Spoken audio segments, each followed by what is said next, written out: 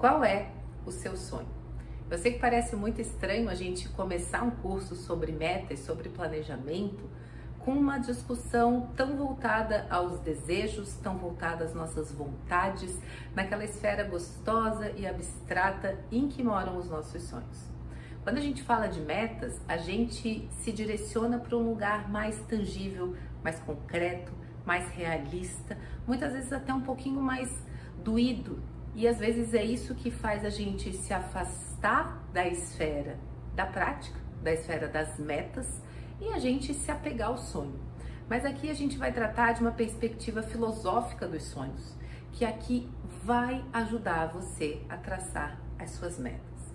A professora Lúcia Helena Galvão, um grande nome da filosofia, ela nos ensina que não podemos confundir os sonhos com projetos e também não podemos confundir os sonhos com as fantasias. Quando a gente vê o sonho nessa perspectiva mais abstrata, a gente acaba vendo o sonho como uma fantasia, como uma espécie de fuga da realidade, em que é mais fácil sonhar do que viver a realidade. É mais fácil sonhar do que construir o próprio sonho, apesar do desejo. É como se o sonho, pelo sonho, ele nos completasse. Por exemplo, sonho ir à Europa, sonho conhecer Paris, sonho em ter uma família, sonho em ter filhos, sonho em ter dinheiro.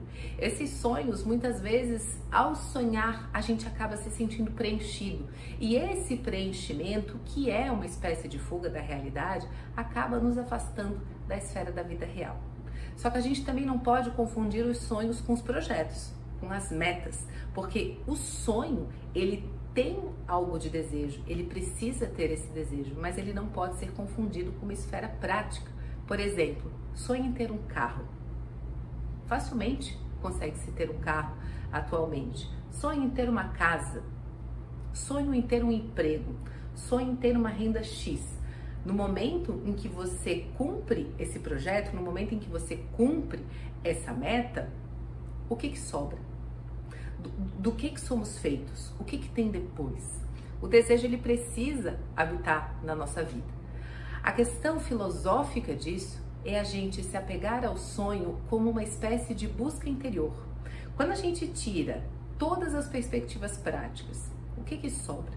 Pense em você com 50, 60, 70, 80 anos, algo bem distante. E tire daí todas as questões materiais, todas as conquistas da vida prática. O que sobra? Segundo a professora Lúcia Helena Galvão, é com isso que devemos sonhar. Com essa esfera do eu. E a partir daí, dessa esfera do eu, que a gente precisa usar para traçar os nossos projetos. E é aí que entra a nossa perspectiva filosófica das metas. Quando a gente pensar em metas, a gente precisa sim pensar em projeto. Meta aqui, como você vai aprender, é um plano executável. Mas esse plano executável, ele precisa estar conectado com o seu eu, com aquilo que você deseja, com aquilo que você quer ser. Quando eu faço essa perspectiva, quando eu faço essa análise pensando na pós-graduação, eu começo a pensar nos muitos alunos que começaram um mestrado, que começaram um doutorado e que não viram sentido naquilo, que não viram sentido no caminhar, que não viram sentido no andar a favor daquela meta. Isso é porque essa meta estava completamente desalinhada, desconectada desse propósito maior, desse sonho. E quando a gente fala em sonho, a gente vai pensar no que eu quero ser, no que eu quero me tornar, o que eu quero construir para mim quando eu olho somente para mim. É a partir disso que a gente vai pensar nas nossas metas nesse curso.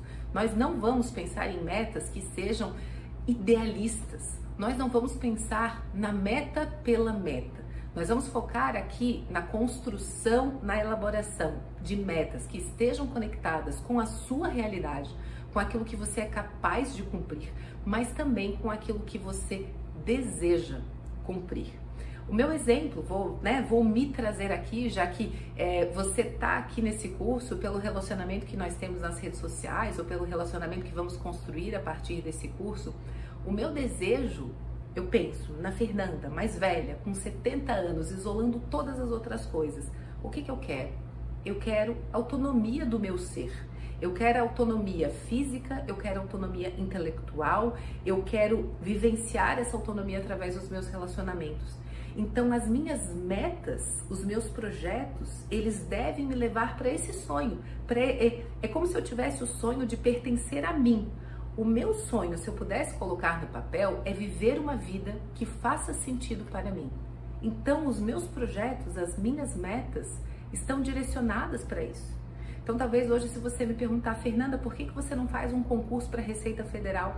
Porque no concurso da Receita Federal você vai ter um salário maravilhoso, você vai ter estabilidade, porque não vai fazer sentido para mim.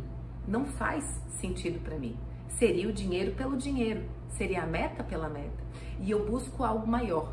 Então, talvez se você entender aonde mora este sonho, muito provavelmente você vai conseguir traçar metas que sejam mais fáceis de serem cumpridas, metas que de fato possam se tornar a sua realidade e ajudar com que você chegue onde você quer chegar, sem pressa, porque as metas elas precisam obedecer um universo temporal. A gente vai falar aqui de metas para um ano, a gente vai falar de metas mensais, a gente vai falar de metas semanais, do que você vai fazer, quais são as metas do seu dia. A gente vai trazer isso para uma esfera muito prática. Mas para que você consiga cumprir isso na esfera prática, você precisa estar alinhado com algo mais. Um outro exemplo muito simples, voltando aí ao meu sonho, o sonho da Fernanda aos 70, 80 anos.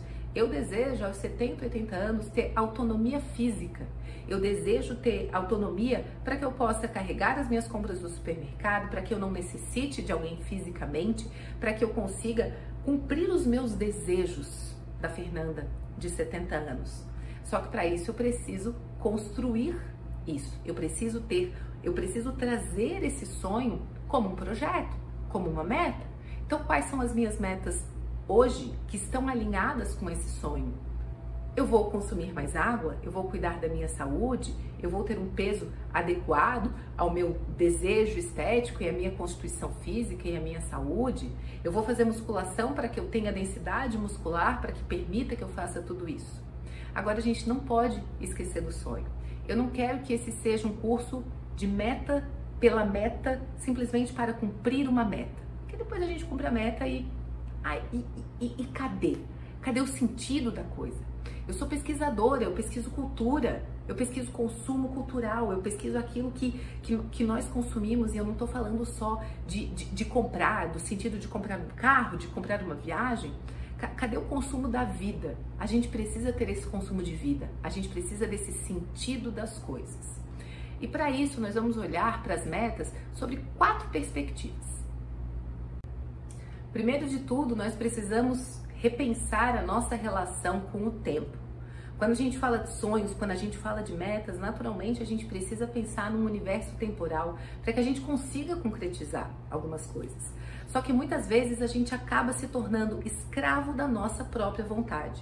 Isso é fruto da nossa cultura, isso é fruto do que a gente vive, isso é fruto da realidade que se discute. Eu quero algo, eu compro. Eu quero um relacionamento, eu consigo. Eu quero isso, tá aqui. Nós não temos mais a paciência necessária para a construção de algo no longo prazo. E quando a gente pensa nos sonhos, nessa perspectiva maior, a gente precisa obedecer algo que não seja imediato.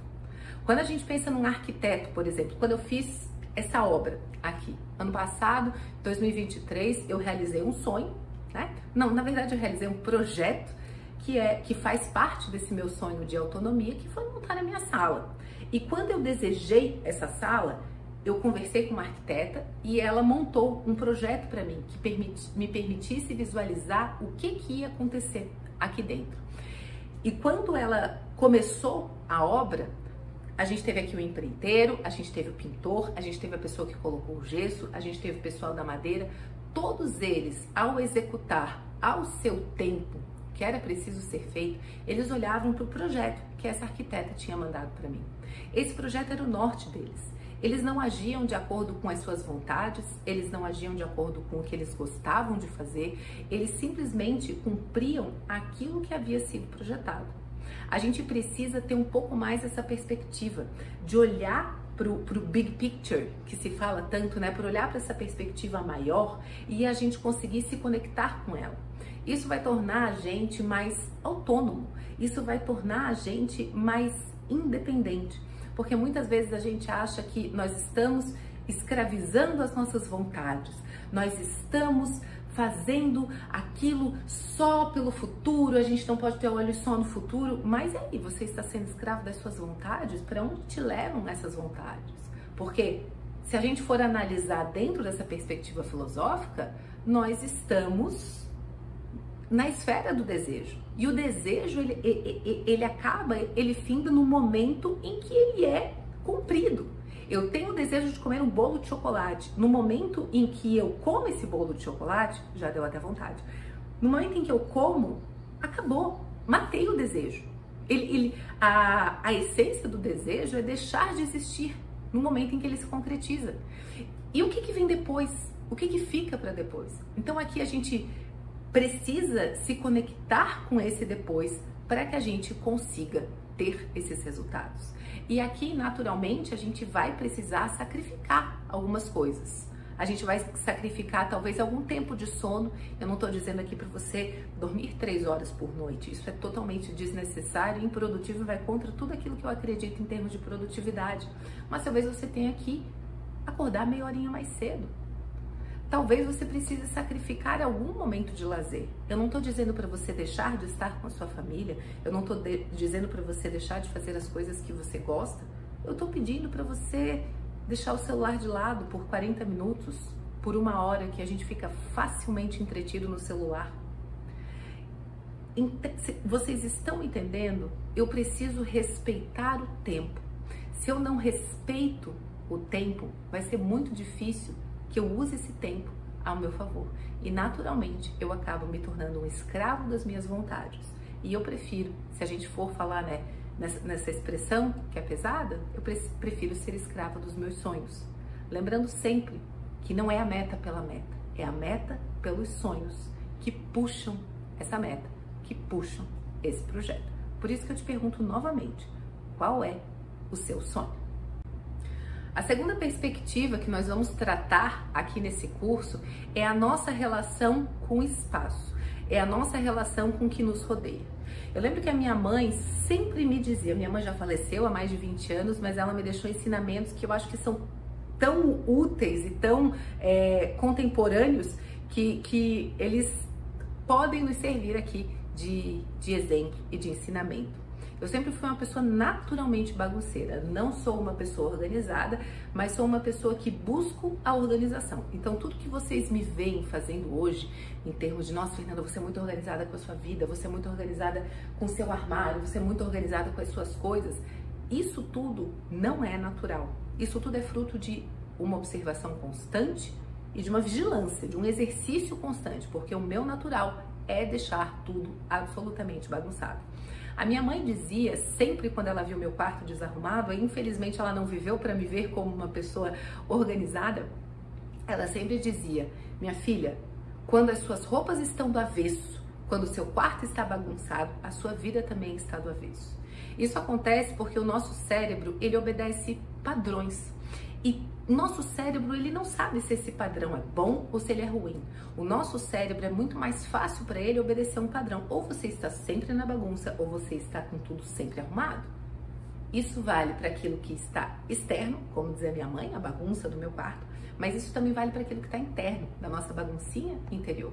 Então é muito importante que quando a gente pensa nos nossos projetos de vida, quando a gente pensa nas nossas metas, a gente não esqueça que essa é uma busca pela nossa organização interior. Quando eu falo para você organizar as suas metas, quando eu falo para você que precisamos observar uma perspectiva temporal, é para te ajudar a organizar o seu espaço. Muitas vezes é o seu espaço interior. Quando eu dou aulas, né, sobre prática de escrita, sobre concentração, as pessoas esperam uma fórmula mágica, esperam que eu diga que você tome algum remédio, que você use algum aplicativo, que você faça alguma coisa muito fora da casa. Mas o que eu te digo? Primeira coisa, arruma o espaço físico. Primeira coisa que eu digo para os meus alunos, fecha a porta. Fecha a porta porque isso dá um comando de que agora está organizado. Daqui para cá é o estudo, daqui para lá é qualquer outra coisa que não seja aquilo que eu quero me dedicar agora. Organize sua mesa de trabalho, pegue água, pegue café, deixe tudo organizado, passa um paninho. Organize as pastas no seu computador, organize os seus arquivos, organize os seus fichamentos. Isso tudo é uma organização do espaço exterior que vai permitir com que o seu espaço interior, com que as suas emoções, com que a sua concentração, com que a sua cognição trabalhem a favor não só da sua meta, mas principalmente a favor do seu sonho, daquilo que você quer mais. Então, quando a gente pega alguém que está numa bagunça, que eu vou fazer de qualquer jeito, não quero fazer minha dissertação, não quero fazer minha tese, não tô nem aí para qualquer coisa, geralmente você pode ver que essa pessoa não sabe por que ela está fazendo o mestrado. Quando eu entrei no mestrado, eu sabia que eu queria fazer o mestrado, porque eu queria depois fazer o doutorado, porque o doutorado ia me levar a uma carreira e essa carreira ia me permitir a estabilidade financeira que eu desejo para o meu projeto autônomo aos 60, 70, 80 anos. 90 se Deus quiser, porque hoje a expectativa de vida está cada vez maior. Então vocês entendem que fazer o mestrado não pode ser o seu sonho. Fazer o doutorado não pode ser o seu sonho. Fazer mestrado e doutorado precisa ser o seu projeto, precisa estar nessa esfera prática da vida que vai te levar àquilo que você quer. Então vamos organizar o nosso espaço. É para isso também, é nessa perspectiva que nós vamos trabalhar essa organização temporal e espacial também, para que você organize principalmente o que está aqui dentro, porque é isso que vai te levar para aquele sonho. Na terceira perspectiva, a gente vai falar sobre os relacionamentos. Naturalmente, se você tem sonhos, esses sonhos, de alguma forma, vão precisar da ação, vão estar ligados à ação de outras pessoas.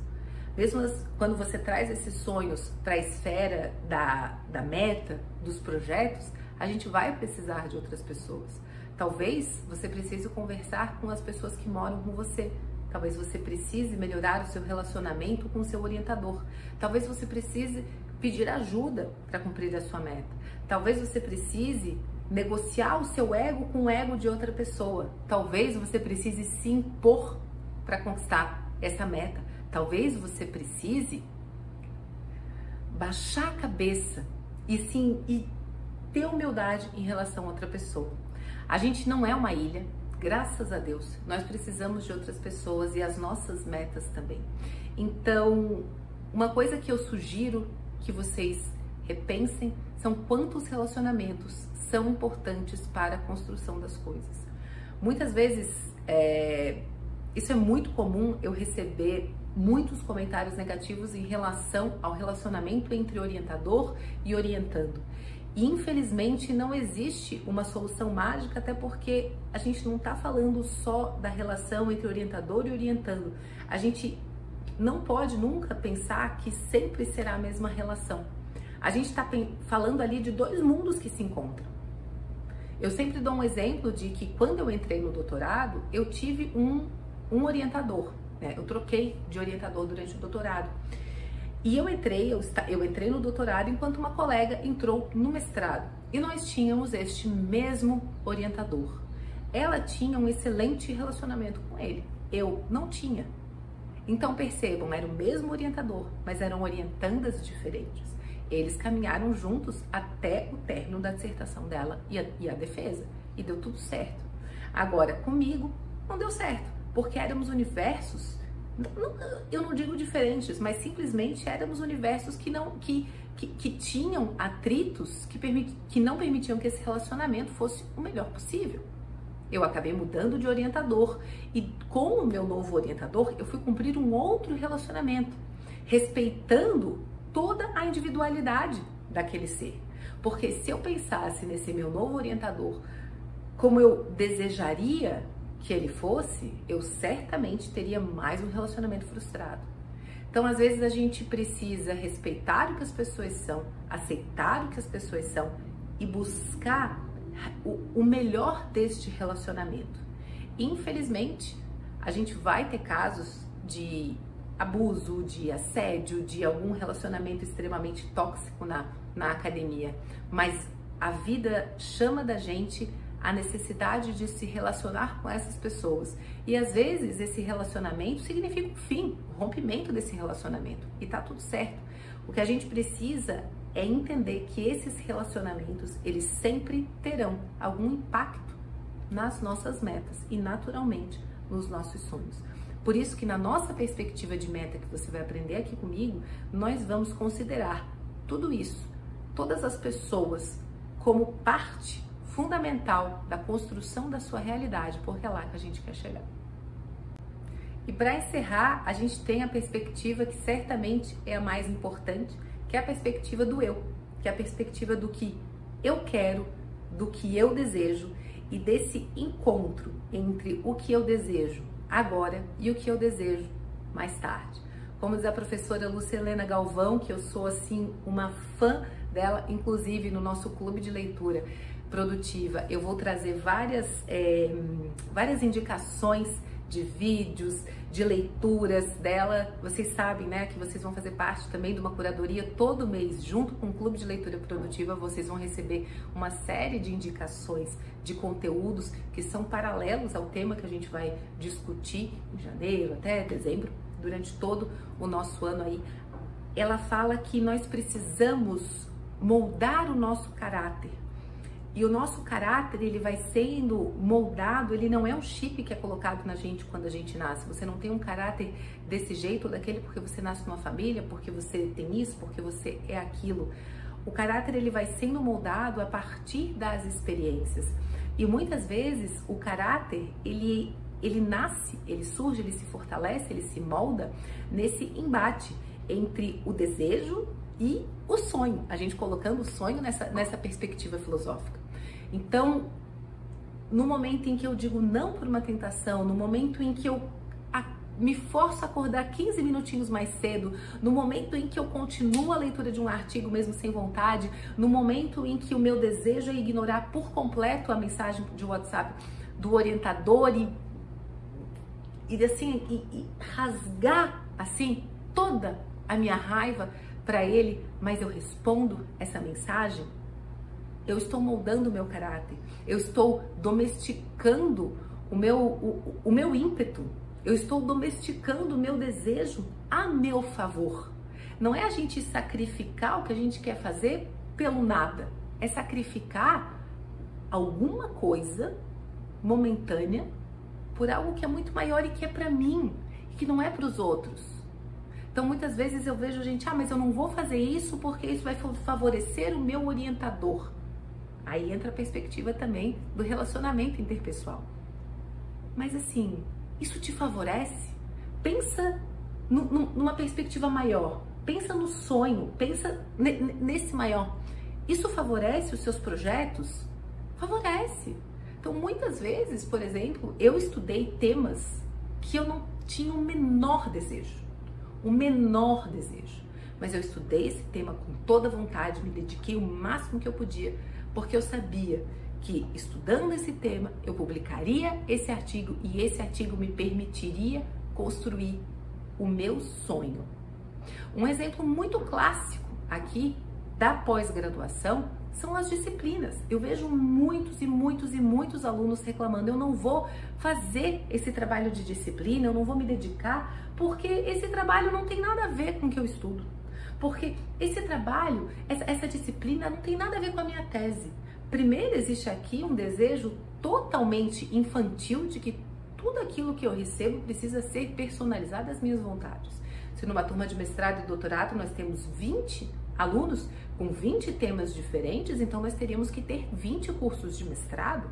Isso é humanamente impossível e também não é nada desejável.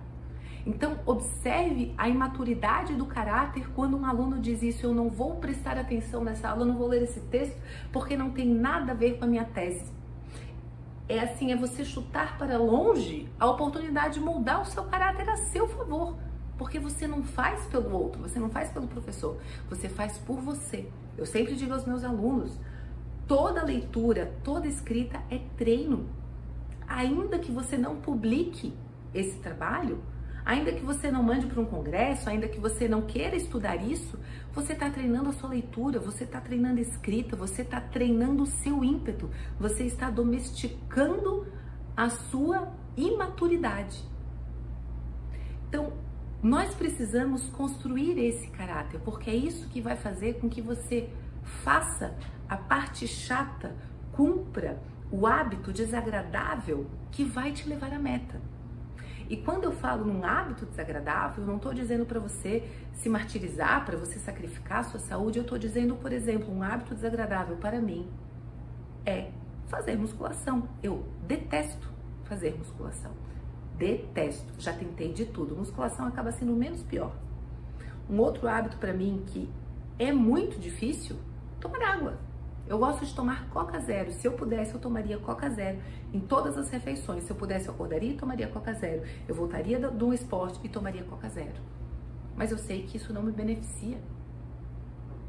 Esse é o tipo de hábito desagradável com os quais nós precisamos nos acostumar, porque é assim que mudaremos o nosso caráter e isso terá uma consequência muito positiva, que é a conquista das nossas metas, dos nossos projetos e, naturalmente, dos nossos sonhos. E agora encerramos a nossa perspectiva filosófica. A partir da próxima aula, nós teremos uma perspectiva totalmente prática.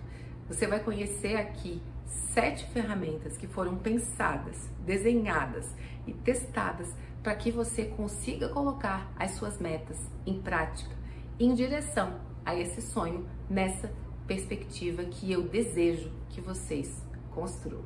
Eu espero que nós tenhamos uma jornada muito boa aqui no programa Recomeço. Eu espero que vocês, de fato, apliquem aquilo que vocês vão aprender, porque não vai ser fácil, naturalmente. Vocês precisarão colocar esses 4 pilares aí em prática. A relação com o tempo, com o espaço, principalmente o interior, vai depender do relacionamento com outras pessoas e vai te desafiar principalmente ao domesticar essas vontades momentâneas. Mas eu tenho a certeza absoluta de que você vai encontrar aqui ferramentas adequadas a essa perspectiva, mas sem que a gente perca tempo filosofando demais, para que você possa de fato utilizar. Eu espero que essa jornada seja próspera, eu espero que ela seja desafiadora, porque sem desafios a gente não faz nada. Um mínimo de desafio, um desafio adequado a cada situação é extremamente bem-vindo, o nosso cérebro gosta, responde muito bem a isso. E eu espero que esses desafios, eles te levem a um lugar melhor e possivelmente ao lugar que você quer chegar, lá no seu sonho. Sejam muito bem-vindos, é uma honra, um grande prazer começar essa jornada com vocês, porque eu sigo domesticando os meus ímpetos, eu sigo numa batalha contra as minhas vontades momentâneas e eu sigo com a cabeça cheia de sonhos, graças a Deus.